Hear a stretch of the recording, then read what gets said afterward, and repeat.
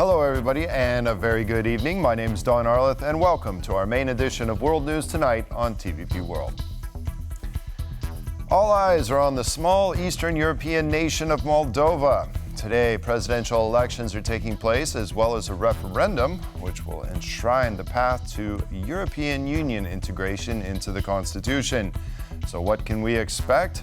Well, we'll get to that in just a moment, but first, let's take a look at the headlines. Thousands take to the streets in the capital of Georgia ahead of a make-or-break general election next week. First images surface of North Korean soldiers training in the Russian army. And biting the hand that feeds, anti-tourism protesters take to the streets in the Canary Islands. The election day has finally come and gone for Moldova. Polling stations have just closed as Moldovans headed to the ballot box to partake in not one, but two crucial votes that could determine whether this small Eastern European country will continue on its path towards European Union or tighten its ties with Russia. Our correspondent Karolina Stoltzman is in Chisinau. Karolina, so you've seen the voting up close. Tell us, which way do you think Moldova will turn? So it is 9 p.m. local time here in Chisinau, and the voting polls have just closed, like you said. Now, today Moldovans were faced with two choices. First, they got a chance to elect their new president, and second, they got a chance to partake in a referendum that could see their constitution amended to reflect Chisinau's pro-European ambitions. Now, this referendum, the most recent polls done by CBS Research show that some 55% of those people that partake in the referendum are likely to say yes to the amendment of the Constitution. Now, this pro-European sentiment was clearly visible in the streets of Chisinau, and I talked to some of the local residents that reflect that.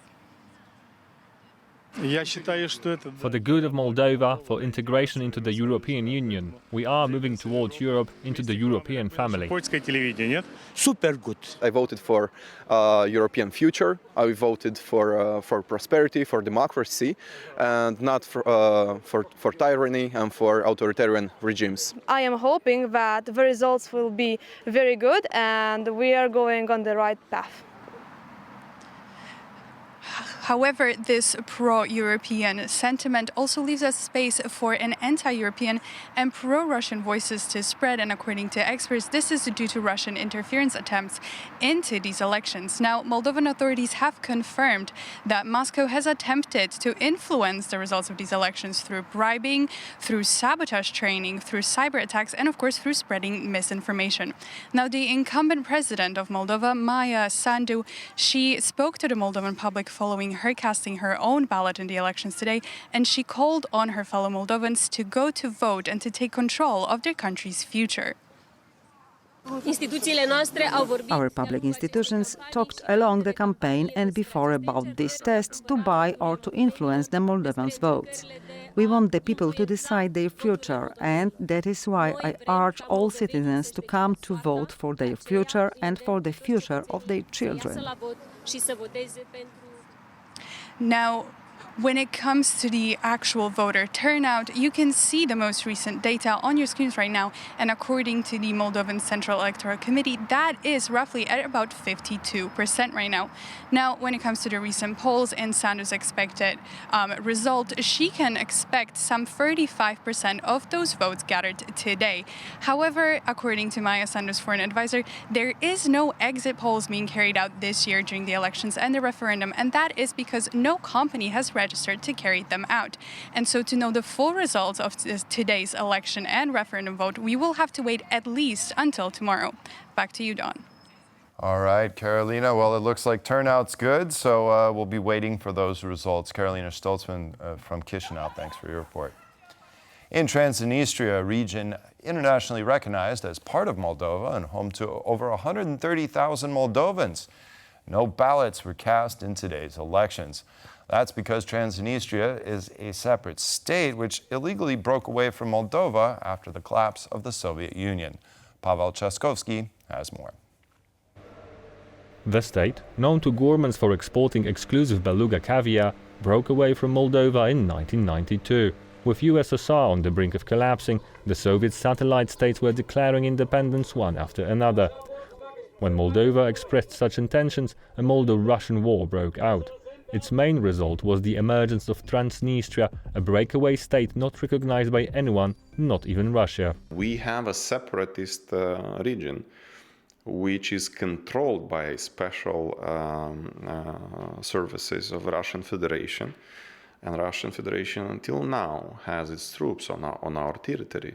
In fact, more than 1,500 Russian troops are still stationed in the region, which has its own currency, government and oligarchs. If you see Russian soldiers on the ground, Russian military checkpoints, life over there is very difficult for civilians. The war in Ukraine has put Transnistria in new international circumstances. 2 months after the Russian invasion of Ukraine, unidentified explosions broke up in Transnistria, temporarily destabilizing the situation in the region and forcing many to flee. In 1992 I went through all of this and the fear is still there. I lasted for many months then and we don't want the situation to repeat itself. But bordering Russia fighting Ukraine and Moldova, the region found itself cut off from trade with Kiev and completely dependent on Chisinau when it comes to export. In February this year, the authorities of Transnistria asked Russia to protect their region from what they claimed were threats from Moldova. But eventually, economic pressure exerted by Chisinau could have been the reason why in this year's election Transnistria decided to keep its pro-Russian agitation relatively low. They don't want any destabilization in Transnistria. This is a first time in Transnistria for them to say that we will not meddle in Moldova's elections. Moldovans from Transnistria were allowed to vote in 30 polling stations in the Republic of Moldova. They could cast their ballots to express their will for Moldova to become a Western European country. The Moldovan authorities are confident that Transnistria will also one day become a member of the EU. Moldova is not the only country that's at an electoral crossroads. Georgians are going to the polls on Saturday to vote for a new parliament. And it could be very well a definitive choice. Europe in the West or Russia. Protests on Sunday in Tbilisi as pro-democracy and pro-Western groups in Georgia are trying to mobilize voters to go to the polls and vote against the ruling Georgian Dream Party. The party of Kremlin-friendly oligarch Bidzina Ivanishvili managed to gain an absolute majority 4 years ago on the back of division among their political opponents. The Georgian Dream is still projected to remain the largest party in parliament, but it is facing a backlash from a pro-Western majority in society. Polling shows around 80% of Georgians are in favor of joining the European Union. President Salome Zurabishvili is the main political figurehead of the pro-Western movement, but her term ends at the end of the year. By then, the president will be elected by parliament rather than the popular vote. The increased power of parliament makes these elections all the more vital. However, the ruling party has been trying to intimidate the public for a very long time, and the main idea of this march is to demonstrate to both the Georgian public and also to our friends and allies beyond Georgia how many we are, that this consensus in Georgian society about Georgia's European future still exists, and that we shall not succumb to any pressure from the ruling party. Despite their numerical advantage, the Western-oriented majority of Georgia needs to push for every vote. The government has attempted to suppress discontent. It pushed through a Russia-style foreign agent law despite protests. Elections in the country have a reputation for being marred by irregularities.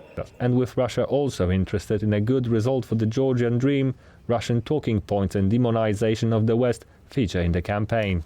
Their narrative is more or less the following. We are not the best, we're not the ideal, but these guys are morally bankrupt, that they do not care for Christian values, that they support LGBTQI policy. For them, family values are not important. Even the Georgian Dream itself tries to capitalize on pro-European sentiment during its campaign.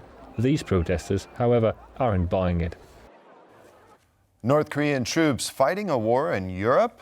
Ukrainian media and state officials have in recent weeks claimed that North Korean troops have been deployed to Russia. Now, the first footage allegedly showing North Korean soldiers in Russia has emerged. These videos reportedly show North Korean soldiers receiving Russian uniforms and weapons at a training ground somewhere in Russia. Ukraine has claimed North Korean troops are preparing to help Russia in its war, but until now, no proof of this has been publicly available. We know about 10,000 soldiers of North Korea that they are preparing to send fight against us. This is really urgent thing. According to the Ukrainian Military Intelligence Directorate, Moscow is preparing to deploy some 2,600 North Korean troops to the Kursk region starting November 1st. Russia has been using North Korean ammunition for a long time, with some combat vehicles reportedly sent to the Ukrainian battlefield recently as well. Asking Pyongyang for soldiers is another major step in this cooperation. It also highlights Russia's manpower problems. North Korea's support for the Russian war effort has been known for a long time. It would nevertheless be extremely serious because it would bring the conflict into a new stage, an additional escalation stage. It would be confirmation that Vladimir Putin's Russia is struggling to break through the Ukrainian defenses and resistance to the point of having to call on North Korea to send reinforcements. Due to the country's poverty and international isolation, the North Korean military is largely equipped with drastically obsolete arms. It has also not been involved in a major conflict for 70 years. Because of this, Pyongyang's troops may have significant problems adapting to a modern battlefield full of drones and electronic warfare. The question remains as to what Moscow gave in return for the participation of North Korean soldiers in its war. Some analysts express worry that the Hermit Kingdom may be given advanced military technology. That could include technology useful in the development of high-yield nuclear weapons or the means to deliver them across the globe. Could Ukraine join the world's greatest alliance? The G7 had its first ever meeting of the defense group, where defense ministers of 7 heavily industrialized nations have promised to work towards NATO membership for Ukraine.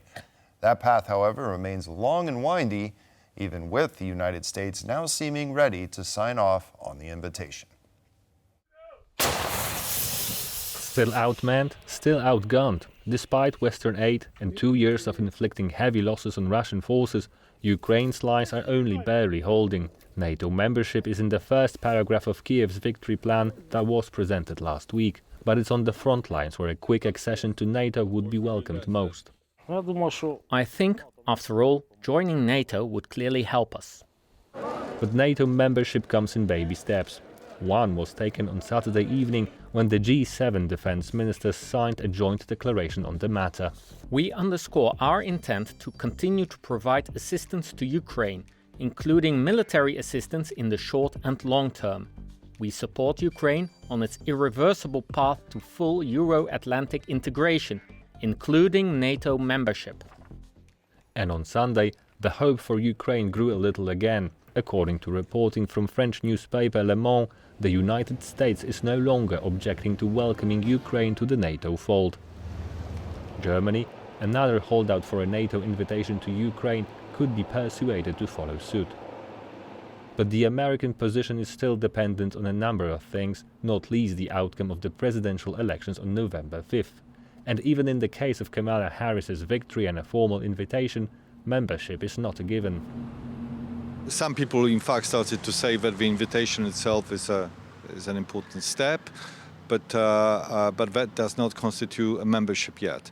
Once Ukraine becomes a NATO member state, it means that other member states would need to engage in defense of Ukraine directly, not just by sending weapons, but actually placing their troops on the Ukrainian territory. There is staunch opposition from the likes of Hungary, Slovakia and Turkey, and that is a major problem, according to Magda Jakubowska of the Polish Respublika Foundation. This is not only Germany or US opposing, maybe not opposing, but not eager to open that door and open that chapter for Ukraine at this very moment. This is also many other countries, and we need to remember that there has to be this has to be an anonymous, the solidar decision of all 32 countries of the NATO. Even if invited to join NATO, it remains doubtful whether Ukraine will actually join the alliance before the end of the Russian full-scale invasion. Residents of the Canary Islands protested over tourism on Sunday. While the tourist sector makes up a significant part of the island's economy, a large number of visitors leads to problems for local residents there. The protesters' main complaint is the high cost of housing, caused by the rise in short-term rentals to tourists. Whereas previously tourists stayed in hotels, now they often use the same properties as the local population, pricing them out of the market. I think the Canary Islands need a change in the tourism model so it benefits the region. A change that values what this land has, because it is beautiful and we want value to be given to the Canary Islands population with dignifying conditions, so we can enjoy our land with a sustainable tourism management. The demonstrators also protested the impact that large number of tourists have on the environment. The island's water resources are particularly under stress from the large number of visitors. According to the Spanish National Statistics Institute, between January and September of this year, 9.9 million tourists visited the Canary Islands. This is 10% more than in the same period last year. For comparison, a little over 2 million people live permanently on the island. The regional government of the Canary Islands plans to pass a law restricting the rental of residential property to tourists. Other popular tourist destinations, like Barcelona, have already enacted similar laws. And now it's time for Ben Lee's interview with Magdalena Sobkowiak-Czarnecka, State Undersecretary at the European Union Affairs Division at the Office of the Polish Prime Minister. Now, as the European Union maintains its leadership on a global stage, discussion about competitiveness is on the forefront, with Poland set to become the rotating presidency of the European Union. Of course, it's more important than ever to discuss this with our next guest. Now, joining us today on TVP World is Magdalena Sobkowiak-Czarnecka to tell us more about the taking leadership of the European Union. Now, can we first start by the most recent statement from the Polish Prime Minister, who's talked about the immigration strategy that drew a lot of ire in the beginning, but then have since then been finding a lot of allies within the European Union. Do you think Donald Tusk has just probably said the part that most European leaders are actually looking to say out loud? The message was clear that the strategy that we had for the years 2015-16, you remember the migration crisis in the EU. We had lots of migrants on Lampedusa, on the south coast of European Union, and at that time we had a strategy of relocation. We had the strategy for people who are actually fleeing out of the countries which were the war zones. But the Polish message for now is that what we have on Polish-Belarusian border, it's absolutely different case. This is a part of the hybrid war. We are under pressure of the hybrid war, and those people who are turning up on the Polish-Belarusian border, these are people who are steered by Lukashenko, by Putin, and it's a different case, and we cannot compare those two facts. And to be honest, when I was traveling around Europe, since I'm Undersecretary of State in the Prime Minister's office responsible for European affairs, and when I was asking my colleagues about the situation on Polish-Belarusian border, even if I remember we had one meeting in Budapest just 2 days after Mateusz Sitek was killed, the Polish soldier, and they had absolutely no idea. They thought it's a part of the issue of migration, and it's not. It's a part of hybrid war. And to be honest, I'm not surprised about the reaction of European leaders, since we remember the situation in 2014 when Russia has annexed Crimea, and Poland was the one to ring the bell in Brussels. And the answer from other member states was, should we really put sanctions on Putin? Maybe it's not so bad. And now what we hear from our colleagues in Europe, and even from Ursula von der Leyen, she is making a straight message. We should have listened to you EU earlier. So what I read from the European Council and the agreement around the proposal of Prime Minister Tusk is that now Europe decides to put Poland in the steering role of the whole process against Russia. All right, like I said, perhaps Poland is living through some of the longest and most excruciating "I told you so" in history, and perhaps it is time for the European Union to start turning to this side of the aisle and listen to what and also just one more sentence, that if somebody has a doubt, do we are nice to migrants here in Poland, let's just repeat that we have here in Poland about 2 million migrants from Ukraine, and you have them in schools, they are working, they are part of the society. So we are the best example how we can treat migrants here in Poland, and the situation on Polish-Belarusian border, it's completely different issue. Speaking of taking a leadership role, now we do know that in about 80 days, Poland is going to take the rotating presidency. And how can we expect this Polish presidency going forward? What are some of the things that are in store? What can we look forward to? The main slogan of the Polish presidency is security. And we here propose security in 6 dimensions. The first one is the military security, which of course had much in common about the war in Ukraine. Also the developing defense industry in Europe. The second pillar is the energy security, which means being not dependent on different sources of energy, the sources from outside of EU. The third pillar is economic security, and here we have to give answers for the question about the future of cohesion policy. Since after COVID, there's big discussion going on in EU. Should we again put the milestones, put the system like Recovery EU, or should we go back to the cohesion policy that we knew before COVID? So that's the first issue. The second one is the future of the new MFF. The new MFF should be on the table during Polish presidency. The fourth pillar is the security of food safety security, which of course is connected with the Green Deal. And for me, the main message here in this pillar is about the climate security and food supply security. I'm against putting on two different corners agriculture and people who are fighting for climate, for Earth. I think they have everything in common. At the end of the day, we need to have something to eat, we need to have fresh air, and this is the end game of those both groups. The fifth pillar is about security of the health, and here we talk about pharmaceutical act that we should be here, should be independent in the terms of supply of the medicaments, and the other issue is the mental health of young people. And the sixth, last but not the least, I think most important for you, it's the security of information, fighting with disinformation, with fake news, and which is obviously part of the hybrid war. Right. And speaking of the Green Deal, the discussion around it seemed to have died down a little bit. Can you tell us what happened with it? It has, because we've done some changes as Poland already, that Prime Minister Tusk was making an intervention in the Commission. Now we are waiting for the new European Commission. That's the moment that we are now in Europe. At the beginning of November, we will have the hearings of the candidates for the commissioners. So I expect the new Commission to be in place in the office around beginning of December. So just before Polish presidency.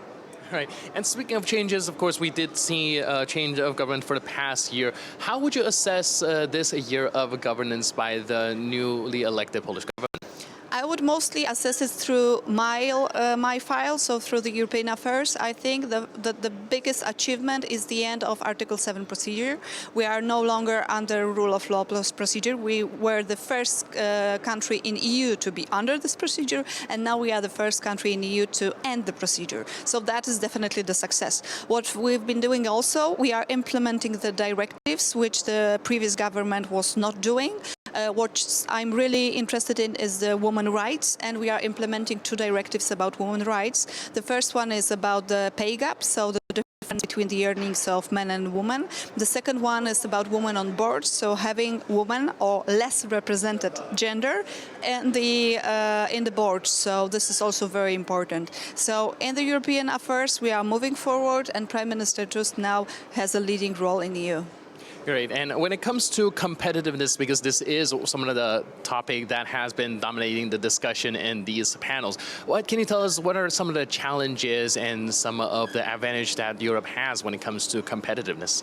I would say here we have two most tasks, the biggest task. The first one, and is also connected with Polish presidency, we should first do the scanning of the laws that we have already on the table and then decide should we need something more. Because what we see in Europe, we have too much regulation on the table. The second issue, which comes from the reports of Draghi and Letta, is that inside of the EU, the member states, they understand competitiveness as a competitiveness between the member states, not as Europe as a whole and between the rest of the world.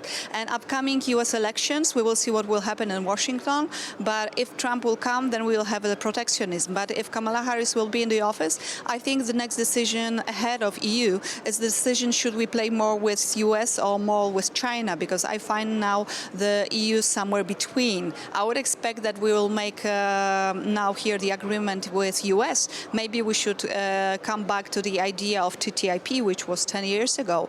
But everything after the US elections. All right, a lot still hinges on which way the wind blows, but like you mentioned, some of the criticism levied at the European Union is the regulation making it very hard to compete in an international arena. Are there any perhaps plans or any changes that's being suggested, perhaps a new EU approach when it comes to these regulations?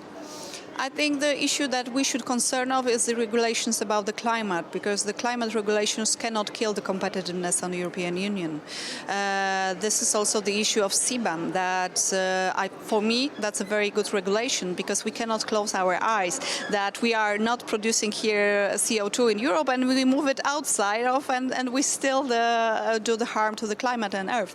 So this is one of the tasks, but firstly do the scanning, how many acts we have on the table, should they really be in place, should we change something, and then think about big regulations. The big acts are already on the table. The AI Act, the Pharmaceutical Acts, the Migration Pact, they are already done. What we should do as a presidency is some kind of a scanning. Of course, we were against, as a country, against the Migration Pact, and we are still against. But about the AI Act, should now, during the presidency, we will do some kind of a scanning, how it's going on here in the EU. Right, so it does look like there's a very robust roadmap for what to do going forward when it comes to the European Union, as well as Poland's next upcoming EU rotating presidency. Thank you so much for your input and insight. Really appreciate it. Thank you very much. Have a nice day. And thank you for watching this edition of World Talks. But for more news, update, and commentary, please stay tuned to TPP World. And with that, we close out World News Tonight. Thank you all for watching. Have a wonderful weekend, and we'll see you next time. Good night.